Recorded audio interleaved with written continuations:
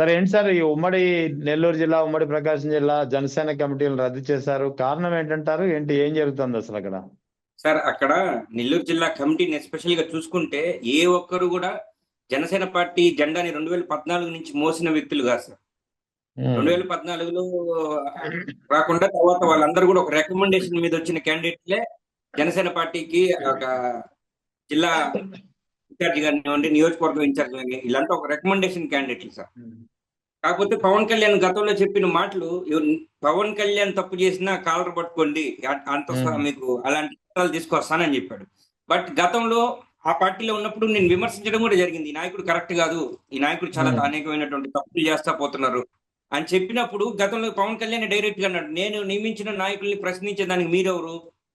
నేను నియమించిన నాయకులు మీరు ప్రశ్నించారంటే మీరు నన్ను ప్రశ్నించినట్టే. మీరు పార్టీలో ఉంటే ఉండండి, వెళ్తే వెళ్ళండి అని కూడా స్టేట్మెంట్ ఇచ్చారు సార్ 2020 సెప్టెంబర్ లో.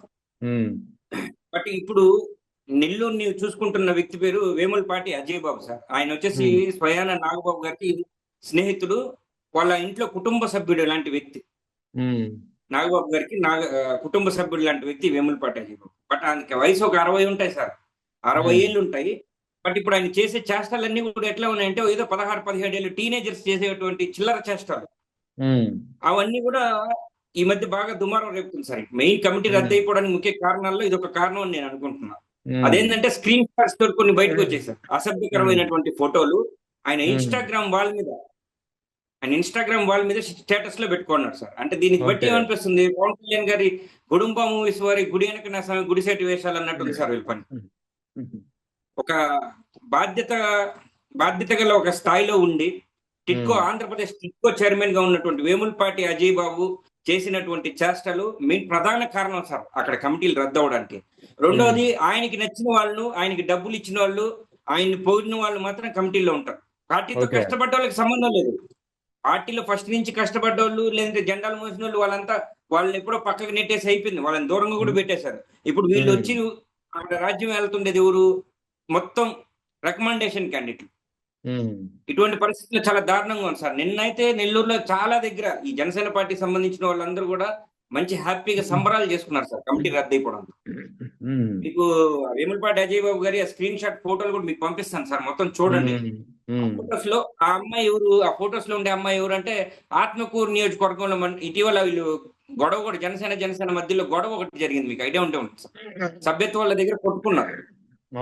ఆ కొట్టుకున్నప్పుడు ఈయన అజయ్ బాబు వేములపాటి అనే అతను చదలవాడ మృదుల అనే అమ్మాయిని తీసుకొని రావాలని ఇన్ఛార్జ్ గా, గతంలో అక్కడ నెలశెట్టి శ్రీధర్ అనే వ్యక్తి ఉంటే అతన్ని సైడ్ చేసి ఈమెను అంటే ఆమెను ఎందుకు తీసుకొని రావాలా, ఆమె ఇప్పుడు పార్టీ నుంచి కష్టపడింది అంటే అక్కడ ఈయనకేదో లోపాయికారి ఒప్పందాలు ఆమెతో.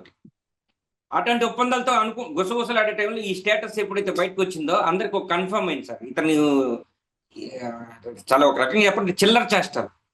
అతని స్థాయికి 60 ఏళ్ళ వయసు, ఆయన చేసేది 16 ఏళ్ళ కుర్రోడు లాంటి పనులు.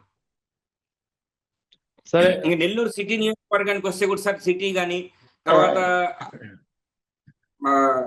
ఓవరాల్ గా నెల్లూరు రూరల్ కానీ ఇవన్నీ నియోజకవర్గాలు చూస్తే యాక్చువల్ గా 4-5 నియోజకవర్గాలకి ఇన్ఛార్జీలు కూడా లేరు అక్కడ. నెల్లూరు సిటీకి ఉన్నారు, నెల్లూరు రూరల్కి ఎవరు లేరు, సర్వేపల్లి నియోజకవర్గానికి ఎవరు లేరు. కొన్ని నియోజకవర్గాలకి ఇంతవరకు వాళ్ళ కమిటీలే లేవు సార్. ఇది రద్దు అయిపోవడం చాలా మంది మహిళలు చాలా ఆనందిస్తా ఉన్నారు. చాలా మంది మహిళల్ని అంటే వీళ్ళు ఇటీవల కాలంలో చాలా ఇబ్బందులు పెట్టారు, దుర్భాషలాడారు, బూతులు తిట్టారు, మహిళల్ని ఏడిపించారు సార్. వాళ్ళ గోష్టే అంటే వాళ్ళ కన్నీటి గోష్ట వీళ్ళకి తగిలింది సార్. ఇక జనసేనకి సంబంధించి రాజ్యసభ స్థానాన్ని జనసేన పార్టీ కేటాయించినటువంటి ఒకే ఒక రాజ్యసభ స్థానాన్ని టీడీపీకి సన్నిహితంగా ఉన్నటువంటి లింగంనేని రమేష్ కు కేటాయించడంపై జనసేనలో పార్టీలో కొద్దిగా అసంతృప్తి వ్యక్తమవుతున్నట్టు తెలుస్తుంది. దీని గురించి ఏమంటారు? అసంతృప్తి ఎందుకు ఉండదు సార్, ఫస్ట్ నుంచి కష్టపడి కోట్లు ఖర్చు పెట్టుకున్న వాళ్ళు ఉన్నారు సార్.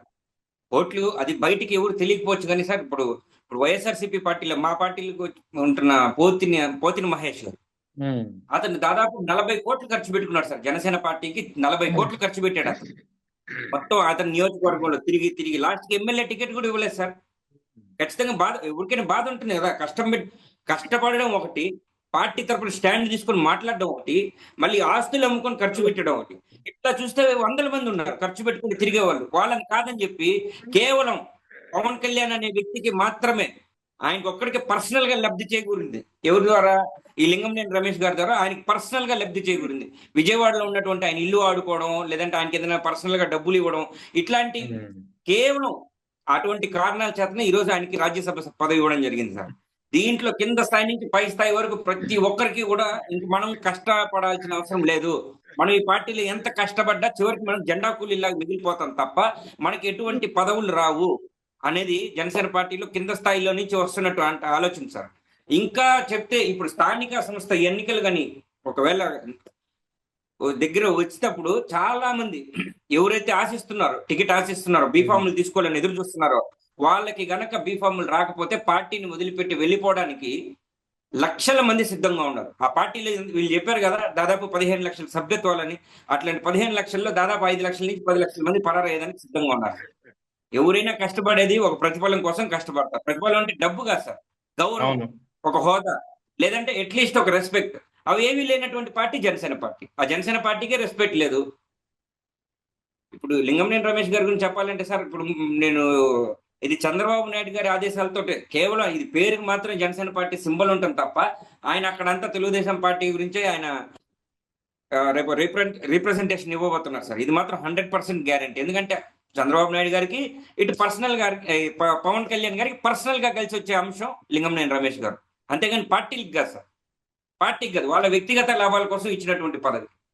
లింగంనేని రమేష్ గారు గతంలో ఆయన పార్టీ కోసం పనిచేసిన సందర్భాలు కానీ ఏదైనా పార్టీ కార్యక్రమాల్లో పాల్గొన్నటువంటి పరిస్థితి కానీ ఉందా? ఏం లేదు సార్. విజయవాడ బెంజ్ సర్కిల్ దగ్గరలో ఆయన ఒక గెస్ట్ హౌస్ ఉంది సార్. ఆ గెస్ట్ హౌస్ పవన్ కళ్యాణ్ వాడుకున్నాడు సార్. లింగంనేని రమేష్ గారు గెస్ట్ హౌస్ వాడుకున్నాడు ఆయన. అదేమో అంటే ఆయన పార్టీలో ఉన్న మనుషులని ఈయన చెప్పడమే. ఆయన కూడా మన పార్టీ, ఆయన ప్రత్యక్షంగా వచ్చి పార్టీలో ఎక్కడ కష్టపడినటువంటి దాఖలాలు అయితే లేవు, 100% లేవు. ఆయనకి ఇల్లు ఇచ్చాడు, ఇల్లు వాడుకోమన్నాడు. ఫైనాన్షియల్ గా ఈయనకి ఎప్పుడు డబ్బు కావాలంటే డబ్బులు ఇస్తాడు, ఈయన వాడుకుంటాడు. అంతేగాని ఈయన వ్యక్తిగతంగా ఈయనకి లబ్ధి చేకూరింది కాబట్టి ఈ రోజు ఆయనకి రాజ్యసభ పదవి సార్. అంతేగాని ఆయన ప్రత్యక్షంగా పార్టీలో ఎక్కడ కష్టపడినటువంటి వ్యక్తి కాదు ఈ లింగంనేని రమేష్ గారు.